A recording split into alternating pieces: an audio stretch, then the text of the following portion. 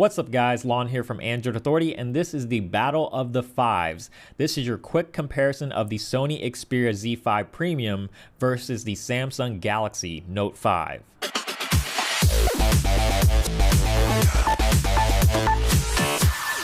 So the easiest place to start with these two devices is in the design. So the Xperia Z5 Premium looks and feels just like a lot of other Sony devices. It's a clean rectangular slab with a metal frame and glass on the front and back.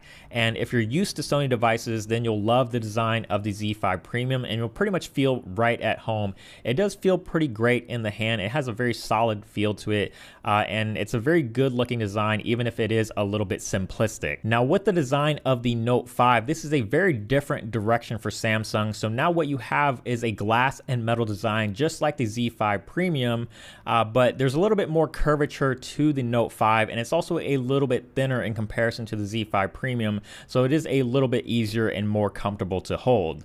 But both devices certainly do feel great, but while the Note 5 focuses on the luxurious, the Z5 Premium is definitely more of the functional device thanks to its water resistant capabilities. One similarity that you'll find on both of these devices is the built-in fingerprint sensor, and on the Note 5 you have it embedded in the home button up front, which is pretty typical placement for Samsung, but on the Z5 Premium it's actually embedded in the power button that's on the side, and it actually makes a lot of sense, and it sort of makes you wonder why other companies haven't done this, but basically you just press the power button and it'll automatically unlock with your fingerprint, and it works extremely well. It's very fast and reliable like many other fingerprint sensors that I've tested before in the past, and again it just simply makes a lot of sense and works extremely well. Now as far as the screens go, the Z5 Premium is the first smartphone in the world with a 4K display, and this equates to a whopping PPI of 806, which is just absolutely ridiculous. But the Galaxy Note 5 is certainly no slouch. It's a Quad HD AMOLED panel,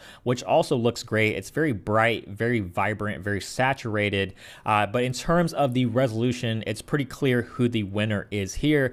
But I have to say that the Note 5 screen is definitely brighter, which makes it a lot easier to see outdoors. But both of these screens are absolutely fantastic for pretty much anything that you want to do on a smartphone. In terms of everyday performance, none of these devices are a slouch, and while Sony has packed the Xperia Z5 Premium with a 1.9 GHz Snapdragon 810 processor and 3 GB of RAM, Samsung has stuck to their own Exynos 7420 inside the Galaxy Note 5 with 4 GB of RAM.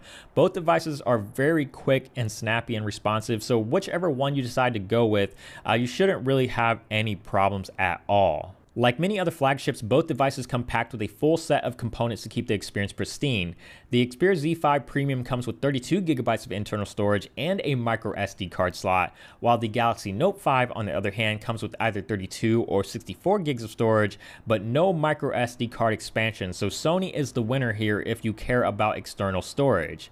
Both have all the usual connectivity standards and come with NFC, while the Note 5 is also compatible with Samsung Pay mobile payment and comes with the S Pen stylus to take advantage of features like Air Command to create memos, crop out images, create screen grabs, and also write on PDFs. A flagship isn't a flagship without an impressive camera, and while we haven't tested the Xperia Z5 Premium's camera, it's probably going to be pretty impressive, especially considering Sony's track record when it comes to cameras. But basically what you're looking at is a 23 megapixel Sony Exmor RF sensor with super fast phase detection autofocus and steady shot stabilization and a 23mm wide angle f2.0 lens.